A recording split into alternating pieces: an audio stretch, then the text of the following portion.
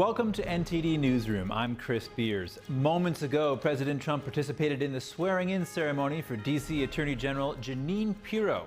He also talked to reporters about the Ukraine war, Iran, and Harvard.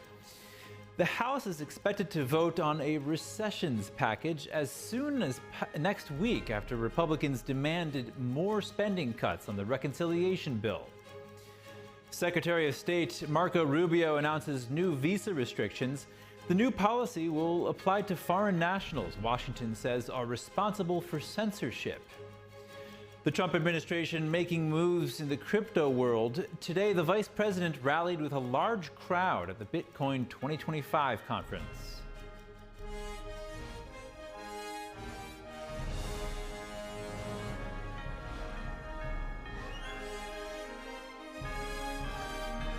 This is NTD Newsroom, live from our global headquarters in New York City.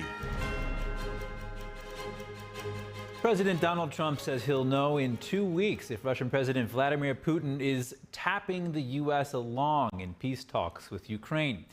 He also reveals he's told Israel not to attack Iran to protect ongoing nuclear talks. Joining us now live is NTD's White House correspondent Iris Tao. Good afternoon, Iris. What is the latest we're hearing from the president here?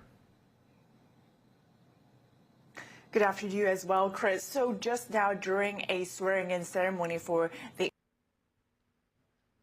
General President Trump commented on a variety of issues, including, for example, the Russia ongoing peace talks. He says he's not happy that Russia has continued to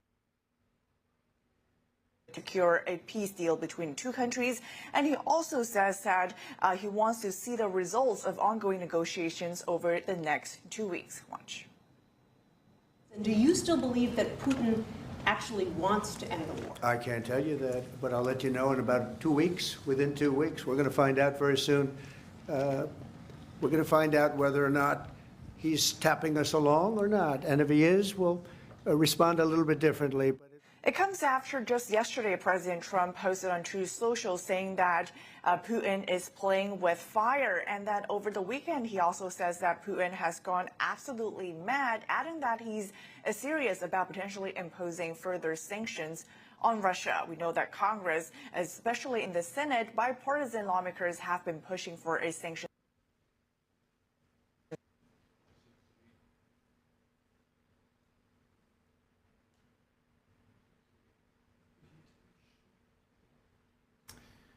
All right, looks like we may have lost Iris there. We'll move on. Secretary of State Marco Rubio made an announcement today on new visa restrictions. These restrictions are on foreign nationals who are involved in censoring the speech of U.S. citizens. He said it was unacceptable for foreign officials to issue or threaten arrest warrants for social media posts made on U.S. soil.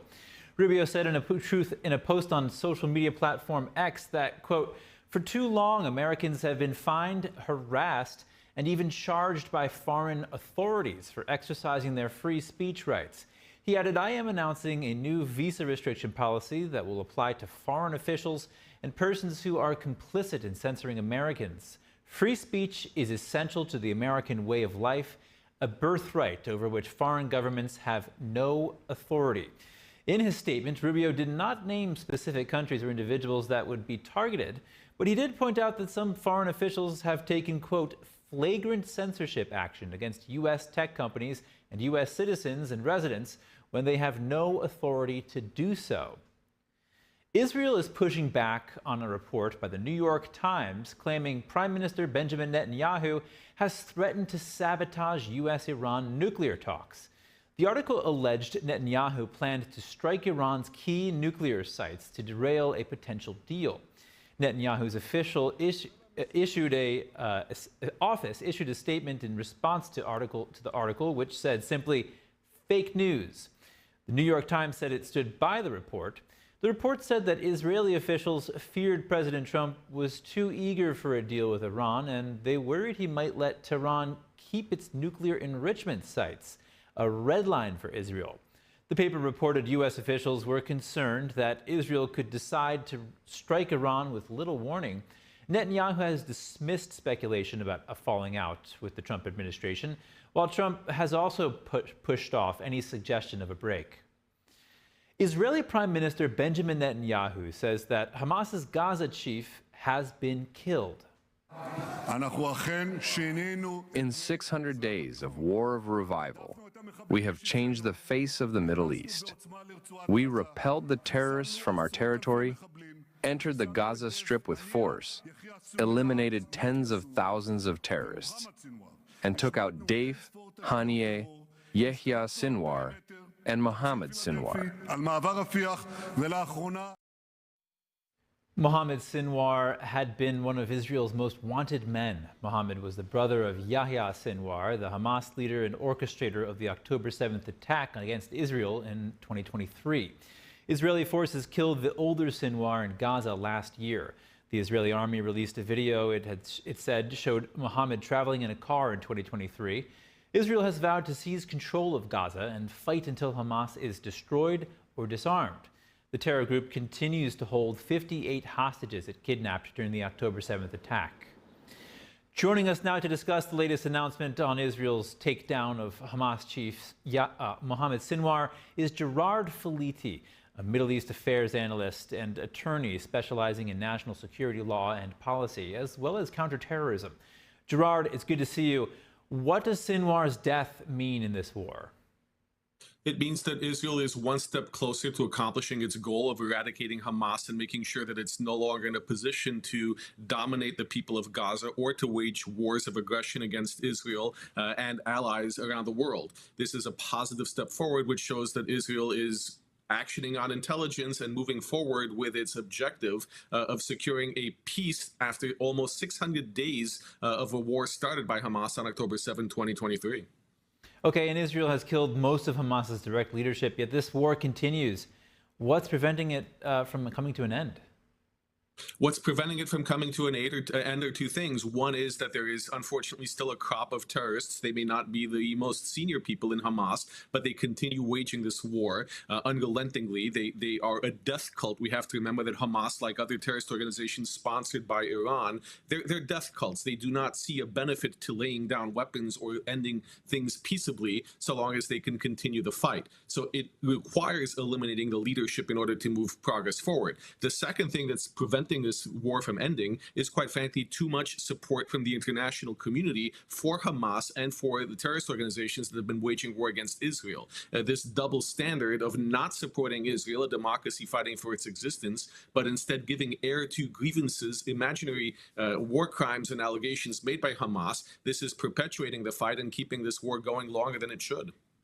And I mean, I want to kind of expand here a bit, Gerard. You know, these Islamic fundamentalists, they look at things in long term. I mean, they're motivated by things beyond this world. They're religious fundamentalists. They talk about, you know, 1,000-year plans. If Hamas is eliminated, and even if Iran is stopped, if the regime, you know, changes its stance towards Israel somehow magically, you know, what would it take to truly stamp out the violent Islamism in the world? Well, the answer is both simple and complex. It takes de-radicalization. What we've seen with Islamist ideology is a sense of brainwashing and radicalization, driving people to terror, driving people to an ideology of hate against Jews, hate against Western democracy, hate against any democracy, hate against anything that is not strictly ruled by terrorist organizations. So in order to actually have long-term peace, long-term stability, you need to de-radicalize individuals, desystematize the hate, cut out the funding of this hate, cut out the organizations that spread it, and teach it in schools and teach it in civil society, both in Gaza, in the wider Middle East, and in Europe and America for that matter. Okay, I want to come back down to the ground level. President Trump confirmed at a press conference earlier today, just a few hours ago, that he suggested to Prime Minister Netanyahu that taking action that could disrupt U.S.-Iran nuclear talks would be inappropriate right now. How might Iran respond to Sinwar's death? Well, I think that Iran will react to Sinwar's death the same as it responded to his older brother's death and to other terrorist deaths. It will mourn his passing and look for another proxy to serve as their agent fighting Israel and fighting the United States. I don't expect to see any sort of military response by Iran. I expect that Iran will continue to do what it has always done, which is identify terrorist organizations and terrorist leaders in the Middle East to fund, to give weapons to, and to continue its war indirectly. But I don't expect to see any direct action by Iran in retaliation. Now, the United States is partnering with Israel to deliver aid into Gaza. They've just started releasing aid boxes recently. What are you seeing there? Does it look like an effective plan? Other efforts to deliver aid to Gazan residents have fallen apart in the past. Well, first, we have to remember why the United States and Israel are stepping in. What used to be responsible for providing aid in Gaza was UNRWA, a United Nations agency which had members or employees complicit in the October 7 attacks, an organization that was not doing anything to stop Hamas from taking over and using humanitarian supplies. So a new system needed to be established, and that involves Israel working with America to try to deliver aid to the people that most directly need it. The problem, as we're seeing, is that's not easy. Not in a country that's still governed by a terrorist organization that still wants to disrupt supplies going to people and capture it for themselves. So this first attempt was not the most successful, but I think that we are seeing Israel and America continue to try to provide aid, but in a more substantial and differently organized way that provides more security for the people providing this aid. Gerard, where does this war currently stand? I mean, it's been dragging on since October 7th, 2023. Do you see an end to it sometime soon? Well, the end can come any time that Hamas releases the remaining hostages and puts its weapons down. However, we're not seeing that happen. What we are seeing is Israel make military progress, eliminating terrorist leaders, as we saw with Mohammed Sinwar, as we're seeing the destruction of Hamas fighting groups within Gaza. I think this war will eventually come to an end when there are simply no more terrorist madmen capable of carrying out the attacks that we've seen, and the hostages are released. That is an inevitable conclusion to this war, but it may not happen in the very near future. It's taking time because Hamas is still being helped not just by Iranian funding and munitions, but by the international community, which is giving it legitimacy to continue its fight against Israel. Let's switch gears here. The president said today on the Russia-Ukraine war, he's given President Putin a deadline. Within 2 weeks, Trump says they'll know if Putin wants to end the war. Will this be a pivotal 2 weeks? It will be a pivotal 2 weeks, but we can also expect Putin to do what he has done so far, which is talk out of both sides of his mouth. On the one hand, he is making statements that he is willing to sit down and negotiate and have a peace. But on the other hand, he continues waging war. He continues drone strikes on an unprecedented scale against Ukrainian civilians.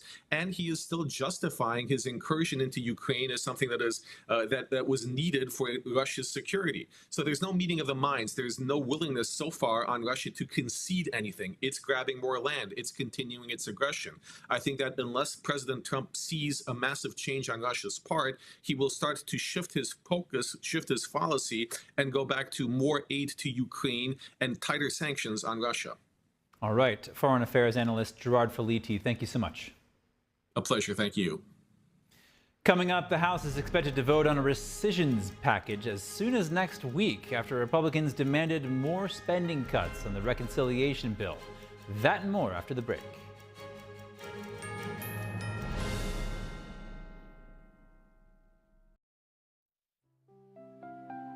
This is such a gentle painting, so beautifully portrayed. A group of people reading together in this simple, everyday-looking living room. A young girl reading along with an adult, a grandparent sitting in the lotus position, a businessman in his typical suit. You see all those people, they look like they have quietly settled down there. And you as a viewer, it looks like you've just stepped in the door. You can't see what it is they're reading, so you're a little bit curious and you're kind of invited to walk in. This harmonious feeling is not by accident. It is the very subject of the work. The book they are reading is the main text of Falun Gong, which is an ancient Chinese spiritual discipline in the Buddhist tradition. At the core of Falun Gong are the values of truthfulness, compassion, and forbearance. Unfortunately, The practice is banned in China, where the artist resides. Thousands have been killed for their faith.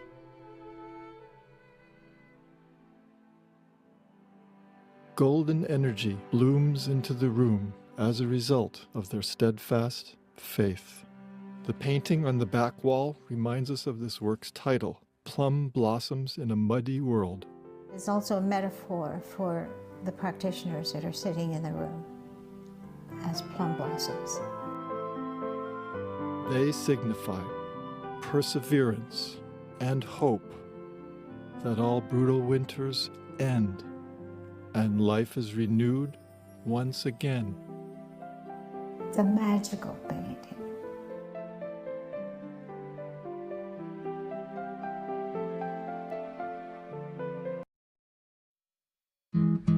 Where did the time go?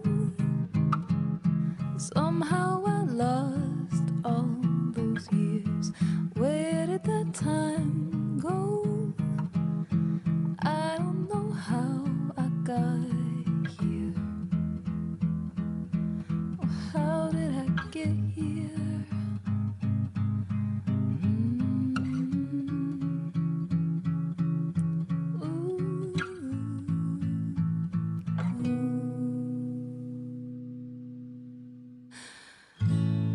I can see now. You've done the hard part.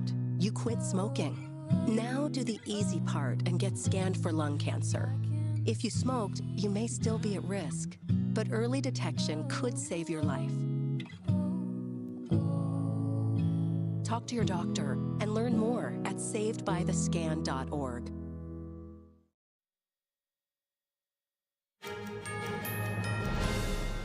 Welcome back. Transportation Secretary Sean Duffy says that Newark Airport is on track to increase flights by June 15th with the opening of a new runway. Since April, Newark has experienced a few outages, leading to flight delays and cancellations nationwide. Duffy says the problems are related to a combination of issues, including telecommunications, runway construction, and a staffing shortage of air traffic controllers. He says that normally Newark runs about 50 to 54 flights a day. We've brought that down right now. Departures are at 28 an hour, okay? When the new runway comes online June 15th, we're gonna bump that from 28 to 34. Duffy says they will do another evaluation in October when more air traffic controllers complete training to see if they can increase the numbers again. Today, Vice President J.D. Vance said that crypto is a barrier against bad policy making.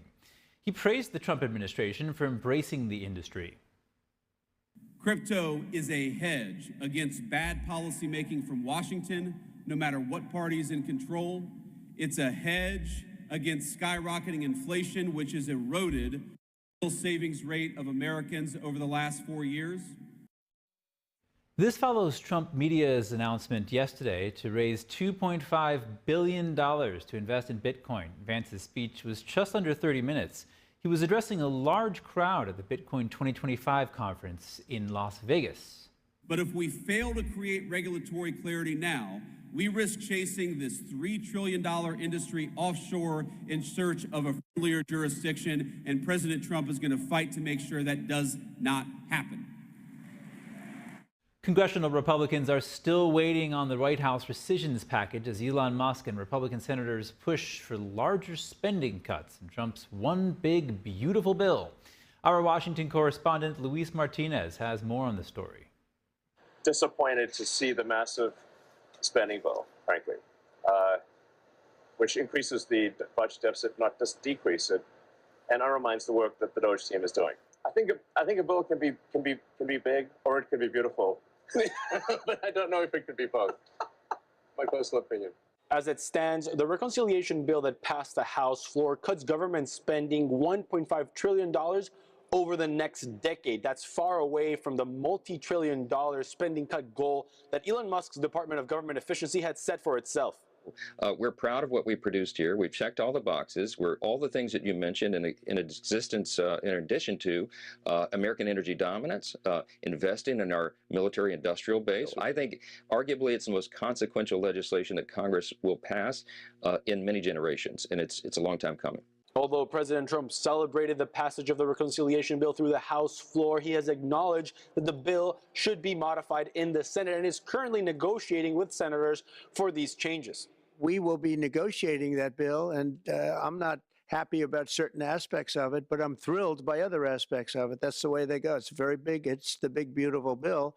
But the beautiful is because of all of the things we have. We'll have the lowest tax rate we've ever had in the history of our country. According to the Congressional Budget Office, if the U.S. continues current levels of spending, the national deficit would increase $2.2 trillion every year for the next decade. President Obama averaged about $910 billion of deficits per year.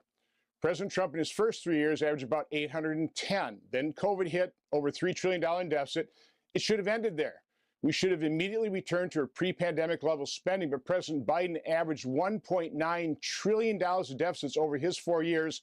Republicans do not need Democrats to pass the reconciliation bill, but have a slim majority in the Senate and in the House, and any changes that are made to the bill in the Senate would reignite debates on the House side. I don't know how Democrats can't vote for it. If they don't vote for it, they're talking about a 68% tax increase. Remember that. If the Democrats don't vote, it's a 68% tax increase, which is ridiculous. House Republican leadership has announced that they will begin next week debate on a rescissions package to codify some $9.4 billion in spending cuts found by the Department of Government Efficiency. Reporting from Washington, D.C., Luis Eduardo Martinez, NTD News. A lawsuit targeting the Department of Government Efficiency gets the green light. A district judge yesterday allowed a coalition of states to move forward with legal action against the agency and senior government advisor Elon Musk. The suit argues that the authority granted to Musk by President Trump is unconstitutional because he was not confirmed by the Senate. District Judge Tanya Chutkin denied a request by the Department of Justice to dismiss the case. Chutkin says the Trump administration had unsuccessfully attempted to minimize Musk's role with DOGE and frame him as a mere advisor without any formal authority. The lawsuit was filed in February by a group of 14 states against Musk, DOGE, and Trump. Chutkin threw out the state's claims against Trump, saying her court would not attempt to interfere with the performance of his official duties as president. More on DOGE. The agency has been cleared to access critical federal payment systems that handle trillions of dollars and store private data on millions of Americans. A federal judge ruled yesterday that the Trump administration had established sufficient safeguards, including a training process to prevent improper data disclosures. A coalition of 19 Democratic-led states had filed a lawsuit earlier this year to block DOGE's access. But the judge noted that those states did not object to DOGE's involvement as long as proper training was ensured. DOGE says it saves taxpayers roughly $175 billion by identifying waste across the federal government. NTD's Daniel Monahan has more. According to DOGE, the $175 billion in savings comes from terminating over 25,000 federal contracts, grants, and leases. That breaks down to about $1,056 in savings per taxpayer. The largest savings came from 5 agencies: Health and Human Services, the General Services Administration, the Education Department, the Office of Personnel Management, and the Department of Labor. The Labor Department says it has cut $400 million in what it labeled wasteful spending, eliminating several diversity and equity programs funded through the Biden administration's nearly $2 trillion American Rescue Plan. The programs cut include the Office of the Unemployed Workers Advocate, the Equitable Access Director role, and various initiatives like equity dashboards, system assessments, and equity-focused staffing. Meanwhile, Centers for Medicare and Medicaid Services Administrator Dr. Mehmet Oz says his agency, working with DOGE, has uncovered at least $14 billion in suspected fraud, waste, and abuse. He cited people enrolled in Medicaid in multiple states, speaking on Fox News. Yeah, you live in New Jersey, but you moved to Pennsylvania, and which state gets your Medicaid? Turns out both states collect money from the federal government. The so-called Big Beautiful Bill recently passed in the House has a work requirement for those getting Medicaid. Let's be clear what this means. It doesn't mean you have a job. It means you're trying to get a job, which is a good thing because we have twice as many jobs as there are people looking for them right now. But if you don't or can't seek a job, you can volunteer somewhere. You can get an education. You can help out with other people inside the household. Oz says if Medicaid is cleaned up, it can actually serve the people for whom he says it was originally designed. Those at the dawn of their life, those are the children, those at the twilight of their life, the seniors, and those who are living in the shadows, folks who have disabilities, who desperately need this program, but aren't getting access to it in the way they should because other folks are clawing at the cloth of the system. Secretary of the Navy John Phelan thanked DOGE and President Trump for bringing inhumane animal studies to light. Today, it gives me great pleasure to terminate all Department of the Navy's testing on cats and dogs, saving taxpayer dollars and ending these inhumane studies. Phelan also ordered a full review of Navy medical research to ensure all studies meet ethical and scientific standards. And finally, entrepreneur Elon Musk has stepped back from his involvement with DOGE to focus on his companies. Musk says staying super focused on X, XAI, Tesla, and SpaceX is critical as each rolls out key technologies. Daniel Monahan, NTD News. President Trump's efforts to address illegal immigration are facing resistance in court, but his administration says it's already reshaping border enforcement. Here's the latest on immigration and deportations. The Trump administration is asking the Supreme Court to intervene on immigration enforcement. It's seeking to lift a court order that limits how and where the government can deport illegal immigrants. The Department of Justice says the court's rulings are interfering with national security, forcing the Department of Homeland Security to follow what it calls onerous and invented procedures. Among those DHS planned to deport were individuals it said had been convicted of murder and sexual abuse. The DOJ argues all of them had exhausted their legal rights. The administration says these deportations are critical to public safety and national sovereignty. U.S. Attorney General Pam Bondi took to X saying, quote, "The invasion of illegal aliens must end, and the conduct of our nation's foreign policy cannot be directed by a single federal court judge." The DOJ argues that the rules outlining the proper process for removing aliens to third countries was delegated by Congress to the president, and it's not for the judicial branch to devise a, quote, "new set of procedures." Meanwhile, enforcement gains are being seen at the southern border. Officials at a temporary processing facility in San Diego say it has been shut down following a dramatic drop in illegal crossings. Customs and Border Protection says border encounters in the region are down over 96% compared to a year ago. The administration credits its crackdown for returning operational control to frontline agents.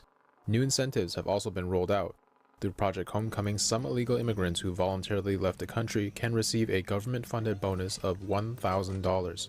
President Trump has also declared May 28th a day to honor the U.S. Border Patrol, marking its 101st anniversary. President Trump has issued pardons to former reality TV stars Todd and Julie Crisley. They have been serving lengthy prison sentences since being convicted in 2022 for conspiring to defraud banks out of more than $30 million and violating tax laws. A video posted on social media yesterday shows the president speaking by phone to the couple's daughter and letting her know of his pardon plan. The president told Savannah Crisley her parents will soon be free. She spoke at the Republican National Convention last summer and helped campaign for the president. Both of her parents had denied any wrongdoing. The Justice Department is suing North Carolina over voter registrations. The lawsuit claims the state's Board of Elections has violated the Help America Vote Act. Prosecutors say North Carolina has failed to make sure people are eligible to vote by collecting and recording individuals' driver's license numbers, or the last four digits of their Social Security numbers. The election board's executive director said he only recently became aware of the lawsuit, but said he will work to bring North Carolina into compliance with federal law. The federal government estimates about 200,000 people in the state do not have the proper documentation on file. The U.S. and Argentina are calling on other nations to follow their lead in leading the World Health Organization. After a meeting between U.S. Health Secretary RFK Jr. and Argentina's President Javier Milei, the two nations are now proposing an alternative to the WHO. NTD's Melina Wisecup explains the top concerns there and what to know about the new WHO alternative. The top concerns from Argentina and U.S. officials is that the WHO isn't working in the best interest of the global public. They mainly criticized the way the organization handled the COVID-19 pandemic. In a joint statement just yesterday, health secretaries from both countries said the WHO's handling of the COVID-19 pandemic revealed serious structural and operational shortcomings that undermined global trust. They also said the organization now relies too much on voluntary contributions and has become a political arm rather than dedicated to a science-based approach to health. This is why they say a new science-based leadership in global health is needed. Now, of course, during the time of the COVID-19 pandemic, there were many around the world, especially here in the U.S. and in Congress, that were critical of China's extensive influence in the organization when that COVID-19 pandemic emerged. And what's more, the Health Secretary RFK Jr. said the U.S. funds that organization too heavily, more heavily than other nations, but that it's still bowed to political pressure from the CCP. This all became obvious during the COVID pandemic when the WHO, under pressure from China, suppressed reports at critical junctures of human-to-human transmission and then worked with China to promote the fiction that COVID originated from bats. We want a free international health cooperation from the straitjacket of political interference by corrupting influences of the pharmaceutical companies of adversarial nations and their NGO proxies. Now, he also said that they're already in talks with other like-minded countries, though he didn't specify how many other countries outside of Argentina are interested in getting involved in this new global health initiative. Additionally, they haven't yet made public an official name for this new global health group. Reporting from Washington, D.C., Melina Weiskup, NTD News. Travelers flying United Airlines won't be able to cut it as close as they used to. The carrier will now require passengers to check in for domestic flights no less than 45 minutes before departure. The new policy will be effective June 3rd. Almost all domestic airlines have some kind of check-in policy. Delta passengers without checked bags still have a minimum of half an hour to check in before a domestic flight. Last month, Delta Airlines updated its policy for travelers with luggage, requiring them to be at the airline ticket counter at least 45 minutes prior to takeoff. American Airlines and Southwest have a similar 45-minute policy. Alaska requires passengers to check in at least 50 minutes before departure. For international flights, most airlines recommend that travelers check in at least 3 hours ahead of time. Coming up, Russia says it's ready to present a peace memorandum to Ukraine on Monday. What the memorandum includes and how it addresses the conflict. That and more after the break.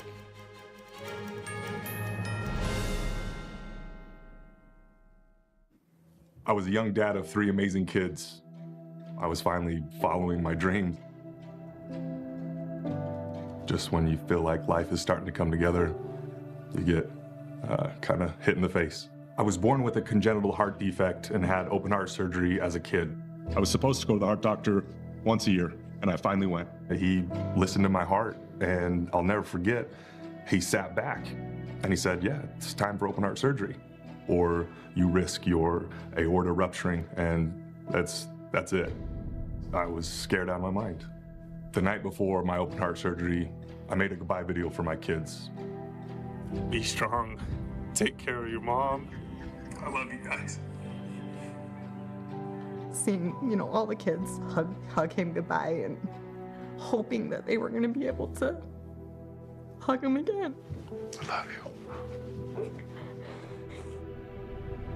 But I did make it, thanks to the work of the American Heart Association. So that's why I'm asking you to join me. Please call now or go to helpheart.org. For only $19 a month, just 63 cents a day, you can help get the next person trained in CPR, get the next hospital certified in high-quality cardiovascular care, as well as fund the next medical breakthrough like these heart valves that helped save my life. When you give $19 a month with your credit card, we'll send you this special t-shirt to show you're a part of our community of monthly donors. I'm most grateful that I get to have a husband that I get to grow old with, and a husband that gets to be there for his children. I believe without the American Heart Association, I would not be here today. If this can happen to me, it can happen to you. It can happen to anybody. Your donation can literally help save a life. Please call the number on your screen or go to helpheart.org now to become a monthly donor. We come from a long line of farmers, and there's a sense of pride with being part of these multi-generational businesses. But there's also a significant amount of pressure. My senior year of high school, my dad made the decision that this world no longer needed him in it. I don't know if he was overwhelmed by the bills and checks that weren't going to be coming in because of the strawberries dying off, but it breaks my heart that my dad made a permanent decision for a temporary issue. Don't feel like you have to go through it alone. Farmers have to take care of their physical and their mental health, because what's a farm without a farmer? In the mornings, that's my time. Watching the sun come up, I can have a cup of coffee and exercise if I want to. It helps me start the day with a sense of gratitude. Yay! Every day is a new opportunity. Don't forget to check in on yourself. Love, your mind.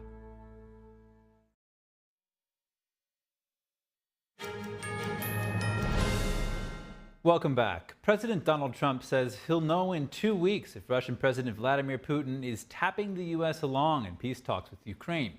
He also reveals he's told Israel not to attack Iran to protect ongoing nuclear talks. Joining us now live is NTD's White House correspondent Iris Tao. Good afternoon, Iris. What is the latest we're hearing from the president? Good afternoon as well, Chris. So during a swearing-in ceremony for the U.S. Attorney for District of Columbia this afternoon, President Trump says that he's not happy with what Russia is doing as it continues to attack Ukraine, as he is trying to secure a ceasefire deal between the two countries. He adds that he could find out in the next 2 weeks, which is very soon, about if Russia is tapping the U.S. along in a potential peace deal. Watch. And do you still believe that Putin actually wants to end the war? I can't tell you that, but I'll let you know in about 2 weeks. Within 2 weeks, we're going to find out very soon. We're going to find out whether or not he's tapping us along or not. And if he is, we'll respond a little bit differently. Now, President Trump has taken on a relatively harsher tone on Russia's Vladimir Putin in recent days, as, of course, you know that just recently this week, Russia launched one of the largest airstrikes, drone strikes against Ukraine, as peace talks were attempted to be continued. And meanwhile, Trump yesterday says that Putin is playing with fire, and over the weekend, Trump also says that Putin has gone crazy, adding that he is serious in considering potential sanctions against Russia. Meanwhile, today, Trump said he hadn't imposed new sanctions on Russia because he felt that he was so close to getting a deal. Watch. What stopped you from imposing new sanctions on Russia? Only the fact that if I think I'm close to getting a deal, I don't want to screw it up by doing that. Let me tell you, I'm a lot tougher than the people you're talking about, but you have to know when to use that. If I think it's going to hurt a deal. While the Kremlin first responded to Trump's recent criticism by calling it an emotional overload, it has actually responded with some potential progress today by proposing to Ukraine that the two countries hold a second round of peace talks on Monday in Turkey in order to exchange written proposals for a ceasefire deal. Back to you. And Iris, the president also spoke on nuclear talks with Iran. Tell us more.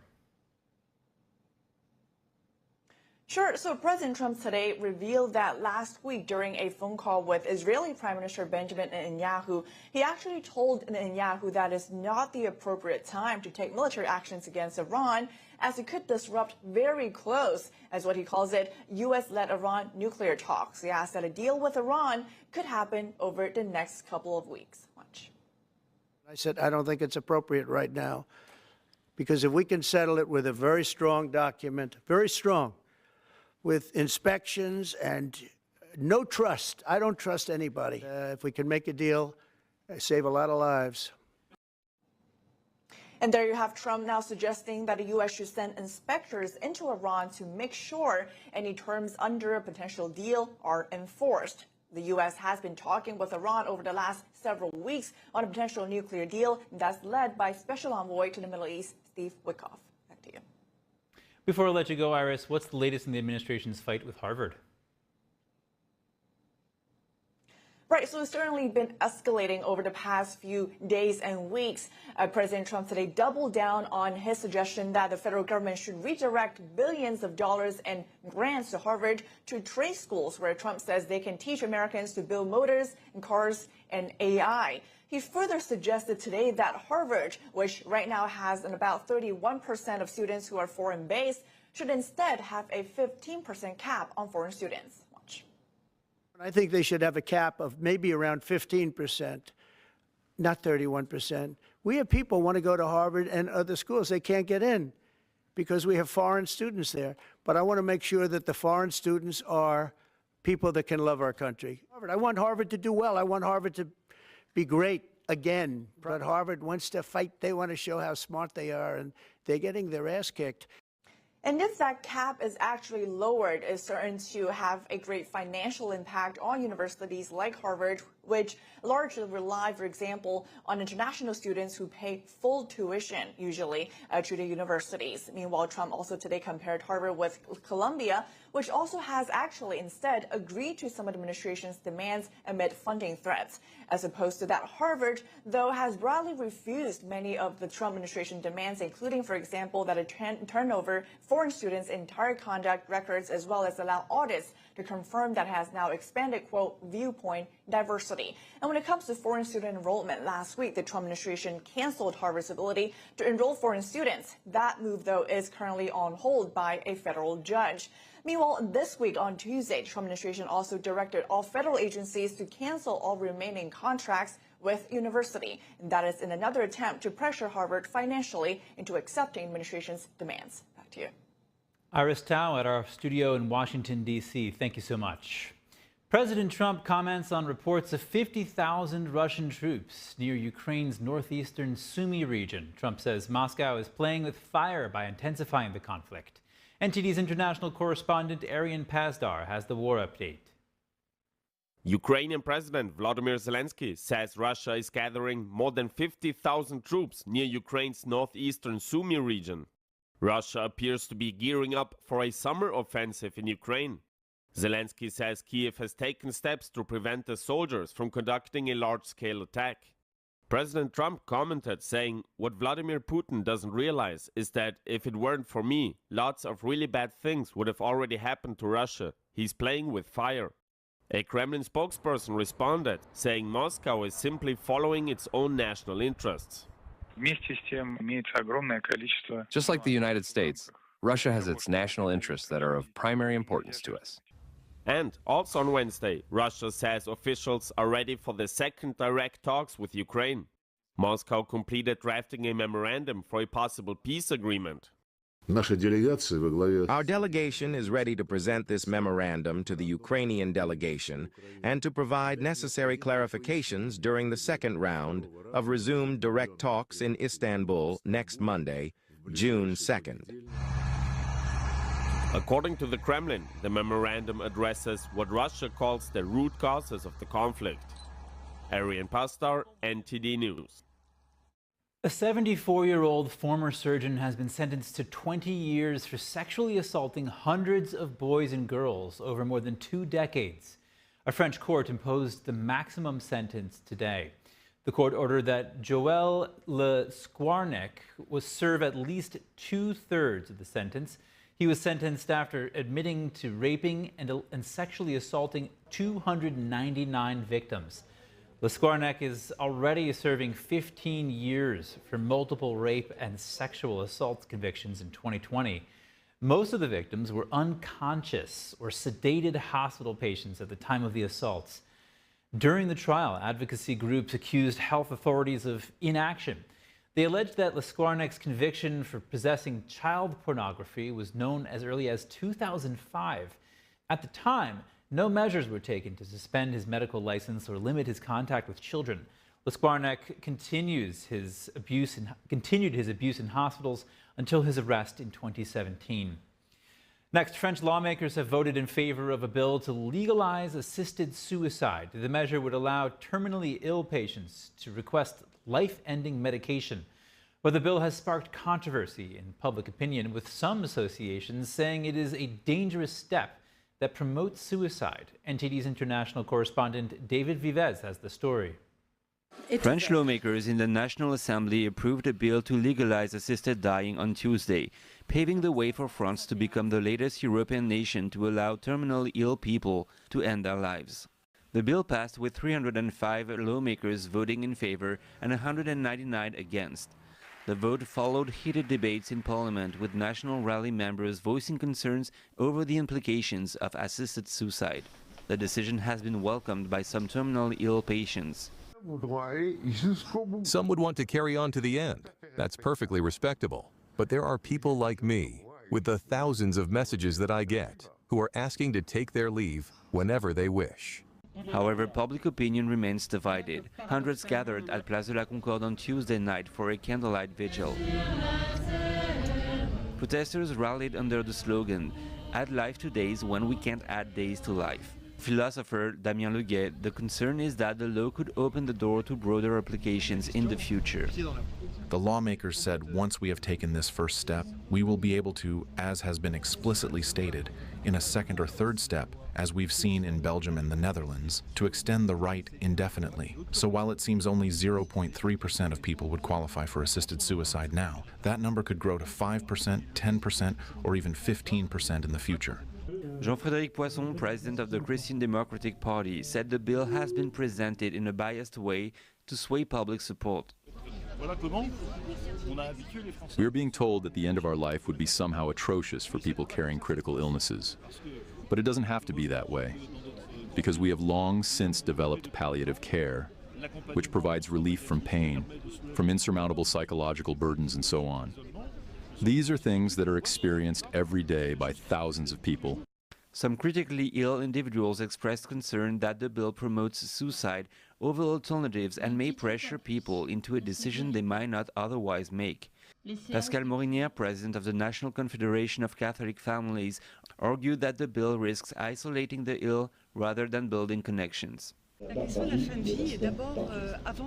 The issue of end-of-life care is first and foremost a family issue, rather than a political issue or a case-by-case issue. It is an issue that affects the family. With one's loved ones, with one's relatives, they are the ones who will leave. They are the ones who will depart. I think that members of Parliament have a very theoretical view of things.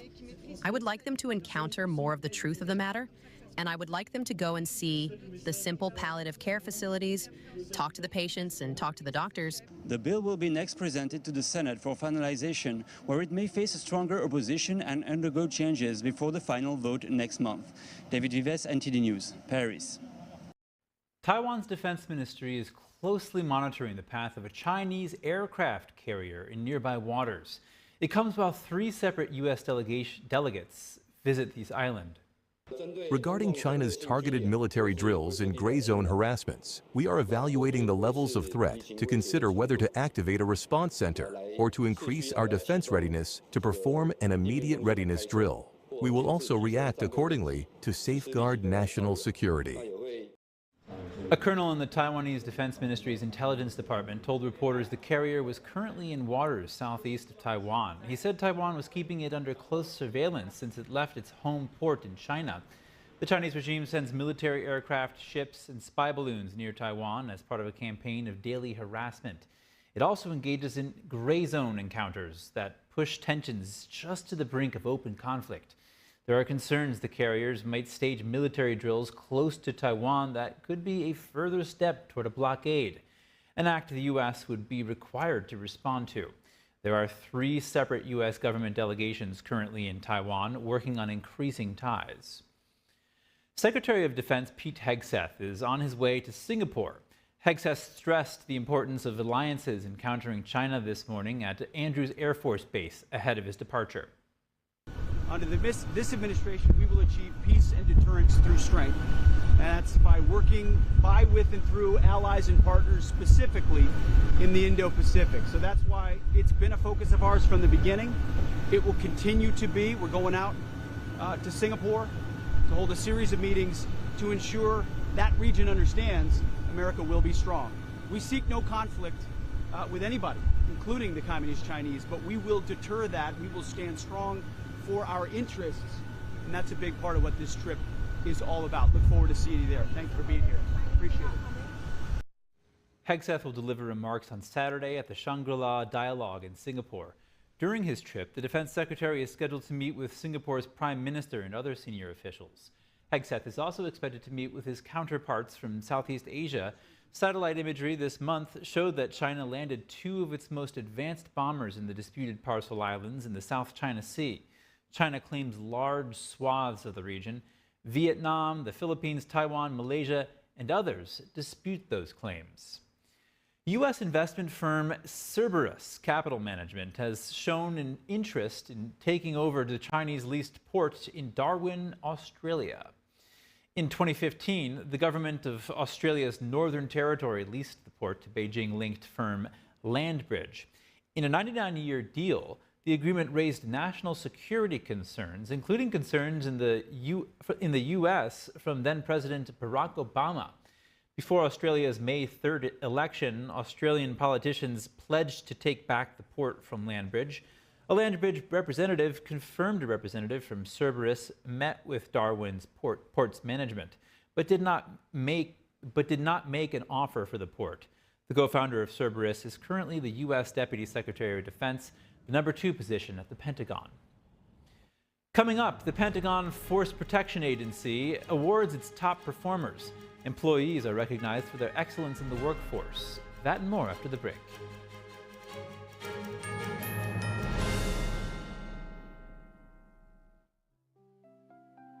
This is such a gentle painting, so beautifully portrayed. A group of people reading together in this simple, everyday-looking living room. A young girl reading along with an adult, a grandparent sitting in the lotus position, a businessman in his typical suit. You see all those people, they look like they have quietly settled down there. And you as a viewer, it looks like you've just stepped in the door. You can't see what it is they're reading, so you're a little bit curious and you're kind of invited to walk in. This harmonious feeling is not by accident. It is the very subject of the work. The book they are reading is the main text of Falun Gong, which is an ancient Chinese spiritual discipline in the Buddhist tradition. At the core of Falun Gong are the values of truthfulness, compassion, and forbearance. Unfortunately, the practice is banned in China, where the artist resides. Thousands have been killed for their faith.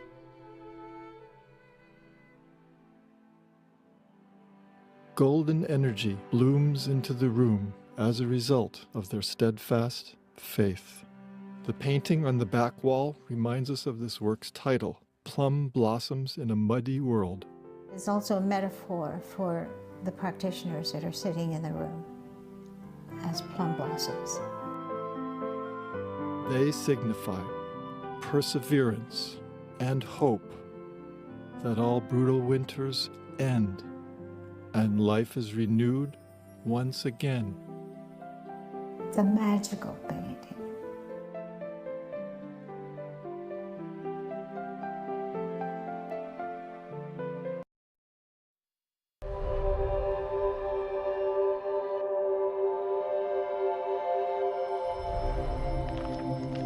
My 15-year-old son, Ethan, and I had a fun and relaxing morning. We returned home, and Ethan walked to his best friend's house an hour later. I heard the ambulance scream by the street, carrying my beautiful boy.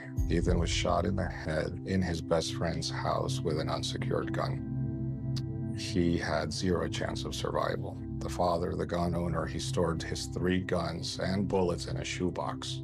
How do you feel? That has to be the most horrific experience that a human could ever have. David, would you give any advice? First thing you do is not keep your ammunition with your weapons, and that your weapons need to be locked at all times.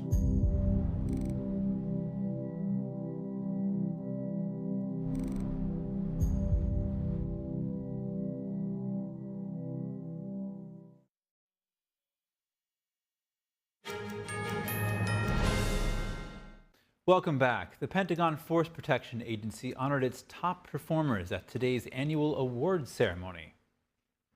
Today, we will recognize PFPA employees and officers for their outstanding contributions to the agency and the Department of Defense.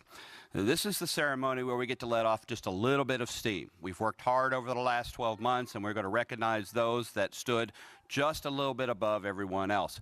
So for today's ceremony, if you're in the audience, feel free to hoop, holler, cheer, raise a voice. That's what we're here for today.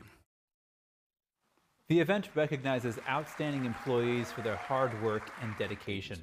Awards go to those who show dedication, top performance, and mission focus. The ceremony highlighted the efforts of individuals who consistently go above and beyond. The awards given included special recognition, mission excellence, leadership excellence, officer of the year, and lieutenant of the year. Conservation work is underway at a museum in Paris of an iconic painting by Gustave Courbet. Now visitors can witness what it takes to maintain the delicate masterpiece. NTD's Andrew Thomas has more on the vivid detail. Through this glass window in Paris's Musée d'Orsay, visitors can observe work being done on a 19th century painting by Gustave Courbet, the painter's studio. Restore agency at Pasquale says it's important for the public to be able to appreciate the process. I think it is still an unknown and artisanal work, even though today it is a very technical, very scientific job based on a diagnosis, I would say, that comes from the medical field, so a medical diagnosis applied to works. And so I think the public is also asking to know what is happening, why we take a work that is all black, all dark, and then we see it again, much more colorful and fresh. The restoration will have 3 phases. First comes thinning various paint varnishes. The painting frame is then disassembled for a closer look. The final phase aims to recreate the work's original contrasts. Regarding Courbet in particular, he is a painter who layers a lot, has a very instinctive, passionate painting style, I would say. And so he has a lot of material that layers, and sometimes the layers do not work well for conservation. And we have many problems. It's, I would say, a complex restoration work. Jennifer DeSalle is an art historian visiting from North Carolina. She's thrilled about the idea. I love this because it gets people the opportunity to see that it's worthwhile, it's useful, it's a great idea. And also it's a great opportunity because if it's lasting for a while, people can come back and they can watch the restoration over time so they can come back and have a new experience.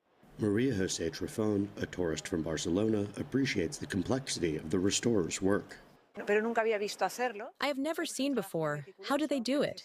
It looks so meticulous, requiring all these products. It could give an impression of being easy, but it is so complicated, studying all these layers of painting. The painstaking project is expected to take 1.5 years to complete. Andrew Thomas, NTD News. Coming up, a parent advocacy group is asking the IRS to investigate an elite high school's relationship with the Chinese Communist Party. We have that and more coming up.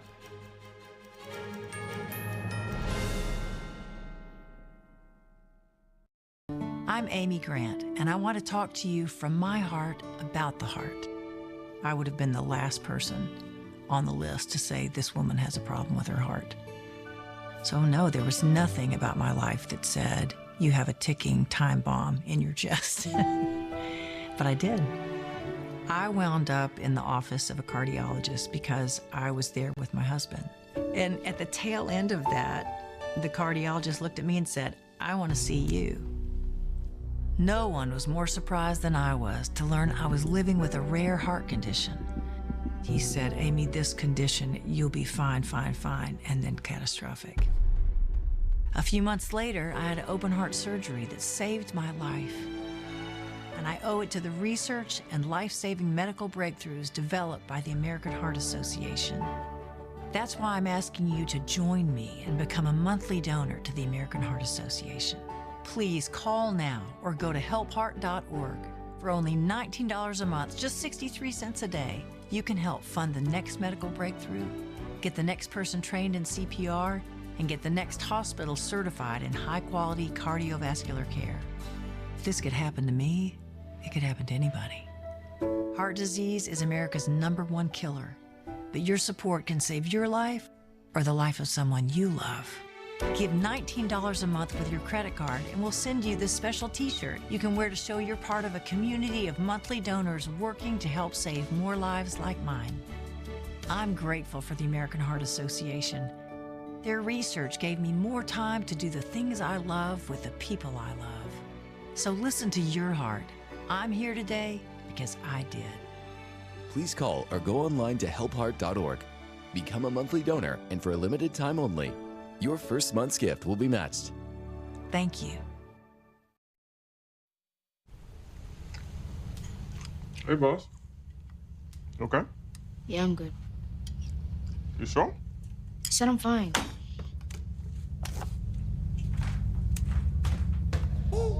Since I was little, it was only like me and my parents. You think you created family out of characters? Yeah, of course. I'm gonna take that, make it into a song.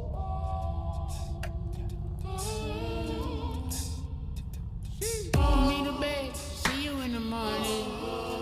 With the first Superman, but it wasn't on it. And we lost it.